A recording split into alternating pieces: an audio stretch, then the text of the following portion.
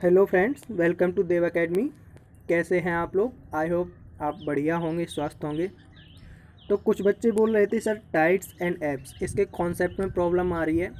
तो इसी बात को ध्यान में रखते हुए इसके कॉन्सेप्ट से संबंधित हम एक छोटा सा वीडियो लेकर आए हैं आपके लिए।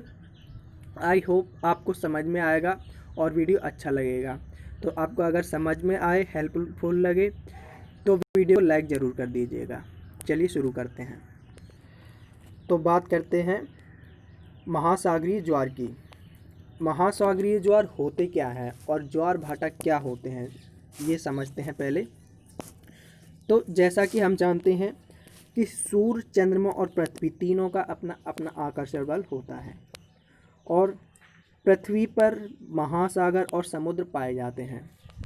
तो सूर्य और चंद्रमा ये दोनों अपनी आकर्षण शक्ति के कारण पृथ्वी के महासागरीय जल को अपनी ओर आकर्षित करते हैं और जब ये दोनों आकर्षित करते हैं तो पृथ्वी के महासागरीय जल में जहाँ से समुद्र की लहरें उठती हैं वहाँ पर खिंचाव उत्पन्न होता है और उस खिंचाव के कारण लहरें उत्पन्न होती हैं।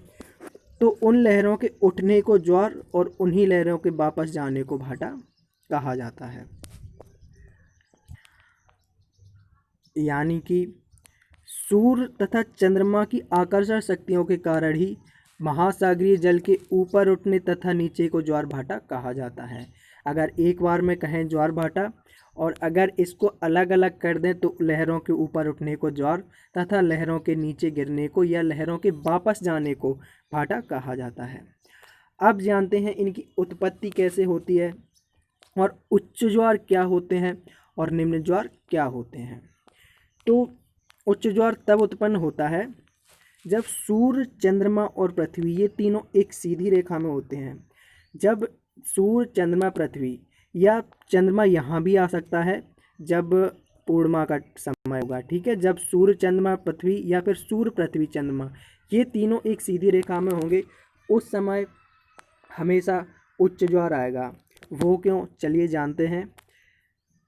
होता ये है कि जब सूर्य और चंद्रमा एक सीधी रेखा में है पृथ्वी के सामने तो ये अपनी आकर्षण शक्ति इनकी सम्मिलित रूप में कार्य करती है। यानी कि जिनकी आकर्षण शक्ति होगी वो एक साथ कार्य करेगी और जब एक साथ कार्य करेगी तो ये आकर्षण अधिक करेगा और जब आकर्षण शक्ति अधिक होगी तो लहरें ज़्यादा उत्पन्न होंगी, यानी कि लहरें ऊंची उत्पन्न होंगी। इन्हें ही उच्च ज्वार कहा जाता है और ये स्थिति हमेशा अमावस्या और पूर्णिमा को पड़ेगी।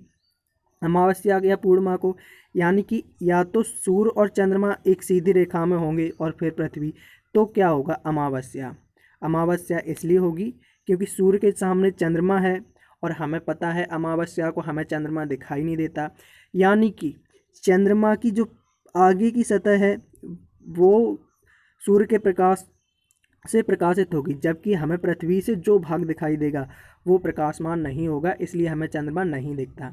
इसी के विपरीत अगर चंद्रमा यहाँ आ जाए, ठीक 14 दिन बाद चंद्रमा आ जाता है सूर्य के विपरीत वाली साइड में, तो अब क्या होगा, सूर्य का जो प्रकाश है वो पृथ्वी से रिफ्लेक्ट होकर या पृथ्वी से चला जाएगा चंद्रमा पे। तो चंद्रमा हमें यहाँ प्रकाशित नज़र आएगा और ये पूरा पूरा प्रकाशित नज़र आएगा। इससे यहाँ पर बनता है आपकी पूर्णिमा। और जैसा कि हम जानते हैं कि ये 28 दिन में परिक्रमा पूरी कर लेता है। 28 दिन यानी कि 14 दिन।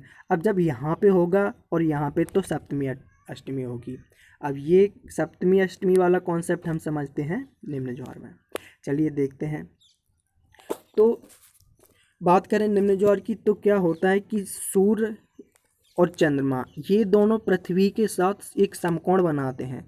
यानी कि समकोण, आप मैथ में पढ़ा ही होगा, समकोण की जो आकृति है, तो सूर्य और चंद्रमा समकोण बनाते हैं। तो उस समय क्या होता है कि इनकी जो आकर्षण शक्ति होती है सूर्य और चंद्रमा की, ये एक दूसरे के विपरीत कार्य करती है और जब विपरीत कार्य करती है तो ये दोनों खिंचाव कम उत्पन्न करते हैं। हालांकि चंद्रमा पृथ्वी की अपेक्षा दोगुना खिंचाव करता है। इसका प्रमुख कारण है कि चंद्रमा जो है वो पृथ्वी से ज़्यादा नज़दीक है, इसलिए चंद्रमा की आकर्षण शक्ति सूर्य की अपेक्षा ज़्यादा है। तो जब सूर्य की आकर्षण शक्ति अलग, चंद्रमा की अलग हो जाएगी तो लहरें कम उत्पन्न होंगी क्योंकि आकर्षण शक्ति कम उत्पन्न होगी, और यहाँ पर लहरें कम उत्पन्न होंगी तो निम्न ज्वार का अनुभव किया जाता है। और ये जब समकोण बनेगा, ये स्थिति हमेशा कृष्ण पक्ष और शुक्ल पक्ष की सप्तमी और अष्टमी को पड़ती है। याद रखिए, जब यहाँ पर आपको बताया था समकोण बनेगा, सप्तमी और अष्टमी को चंद्रमा यहाँ पर होगा और यहाँ पर, तो वो स्थिति हमेशा सप्तमी और अष्टमी को बनेगी। इनके ज्वारीय उभार की, यानी कि पृथ्वी पर जो ज्वार आता है वो एक ही समय किन किन स्थानों पर आएगा, या फिर एक जगह ज्वार आ चुका है, अब वो उस जगह पर दोबारा कब आएगा। तो चलिए समझते हैं। मानते हैं ये पृथ्वी है, पृथ्वी के सामने चंद्रमा है। अब चंद्रमा के सामने वाली सतह पर ये जो ज्वार आएगा, वो आपको पता है कि चंद्रमा की गुरुत्वाकर्षण शक्ति ज़्यादा होती है, तो ये जो ज्वार आएगा वो गुरुत्वाकर्षण शक्ति के कारण आएगा, क्योंकि चंद्रमा सामने है और ये पृथ्वी के इस वाले भाग के जल को आकर्षित करेगा, तो ज्वार यहाँ पर आएगा। अब ज्वार यहाँ पर आया तो अगला ज्वार कब आएगा, तो अगला ज्वार उसी समय विपरीत वाली साइड पर आएगा, जिसका प्रमुख कारण है अपकेंद्रीय बल। कौन सा है? अपकेंद्रीय बल। अपकेंद्रीय बल क्या होता है, जैसे कि मान लो पृथ्वी घूर्णन कर रही है, ठीक है, पृथ्वी घूर्णन कर रही है और उस पर महासागरीय जल है। अब घूर्णन करते समय जो जल है वो अपोजिट साइड में बल लगता है और वो अपोजिट साइड में खिंचाव होता है। तो इसी खिंचाव के कारण, यानी कि अपकेंद्रीय बल के कारण एक ज्वार यहाँ आया, तो अपकेंद्रीय बल के कारण एक ज्वार ठीक इसके विपरीत साइड भी आएगा, जो कि अपकेंद्रीय बल। अब एक ही समय दो ज्वार आए। अब बात करें कि ये तो हो गया, एक इस साइड आया तो दूसरी अपोजिट साइड एक ही समय पर आया। अब इस एक ही साइड की बात करें, यानी कि एक ही बिंदु की बात करें कि अगला ज्वार कब आएगा, तो वो आएगा 12 घंटे बाद, क्योंकि हम जानते हैं पृथ्वी 24 घंटे में घूर्णन कर जाती है, 24 घंटे में अपना घूर्णन पूरा करती है। तो अब अपोजिट साइड 12 घंटे में पहुंचेगी, यानी कि यहाँ तक आने में 12 घंटा लगेंगे ना, क्योंकि यहाँ से चली और यहाँ तक आने में 24 घंटे, तो यहाँ से यहाँ तक आने में 12 घंटे, यानी कि अगला ज्वार इसी समय पर 12 घंटे के बाद आएगा। ये गुरुत्वाकर्षण बल के कारण, लेकिन अगला जो 12 घंटे के बाद आएगा वो आएगा अपकेंद्रीय बल के कारण, और वो भी 12 घंटे बाद 26 मिनट की देरी से आएगा। और 26 मिनट की देरी से आने का मतलब है कि पृथ्वी जो है वो चंद्रमा के सापेक्ष गति कर रही है, इसलिए ये जो हमेशा ज्वार आता है वो 26 मिनट की देरी से ही आता है अगला ज्वार। अब बात करते हैं कुछ महत्वपूर्ण तथ्य की। तो विश्व का सबसे ऊंचा ज्वार फंडी की खाड़ी में आता है। कहाँ पर आता है? फंडी की खाड़ी में। लगभग 15 से 17 मीटर इसकी ऊंचाई होती है। और भारत का सबसे ऊंचा ज्वार ये गुजरात के ओखा तट पर आता है, लगभग 2.7 मीटर। और एक जगह है इंग्लैंड के दक्षिणी तट पर, साउथहैम्पटन। कौन सी है? साउथहैम्पटन, जहाँ पर प्रतिदिन 4 बार ज्वार आता है, जिसका प्रमुख कारण है कि 2 बार तो इंग्लिश चैनल से, जबकि 2 बार उत्तरी सागर से होकर वहाँ विभिन्न अंतरालों पर पहुँचते हैं।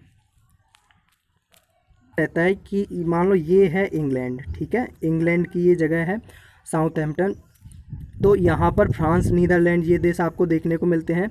तो उत्तरी सागर और जो आपका इंग्लिश चैनल और उत्तरी सागर, ये दोनों मिलते हैं, और एक बार तो उत्तरी सागर से आया और एक बार इंग्लिश चैनल से आया, तो यहाँ पर 4 बार ज्वार आते हैं।